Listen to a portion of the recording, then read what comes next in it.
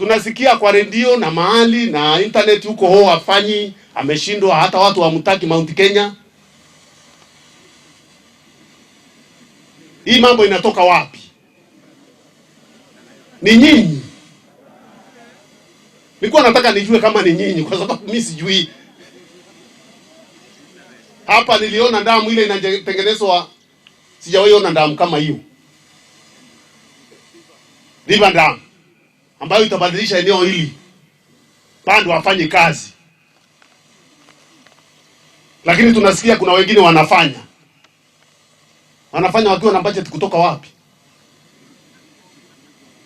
Serikali ni mbili.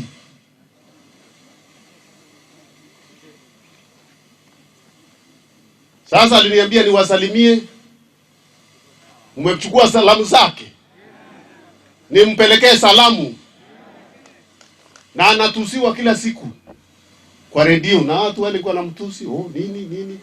Ni wakati gani heshima iliisha Kenya? Tunatukanana, inakuwa kama ni utoto sasa. Kiongozi wa taifa ni matusi, kila kitu, familia matusi. Nani ana familia? Wewe ungetaka yako ituziwe?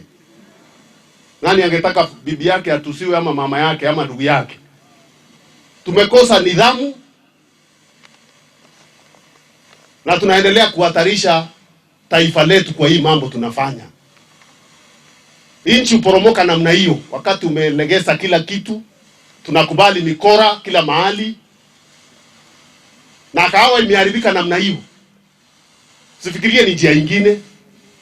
Kwa hivyo lazima tufikirie mambo ya uongozi, tuchukue njuu vile tunaichukulia. Kama uongozi wa society hapo kwako, society ya kahawa ni muhimu, na uongozi wa constituency je, sio muhimu? Na uongozi wa taifa, tumeona mataifa ikiporomoka tu, mchezo hivi. Sasa tumeleta narrative, tunasema sijui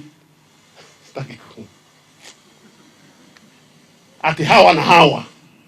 Kwa hivyo tuende tufikirie vizuri zaidi mambo hayo ya uongozi wa taifa, tufikirie vizuri.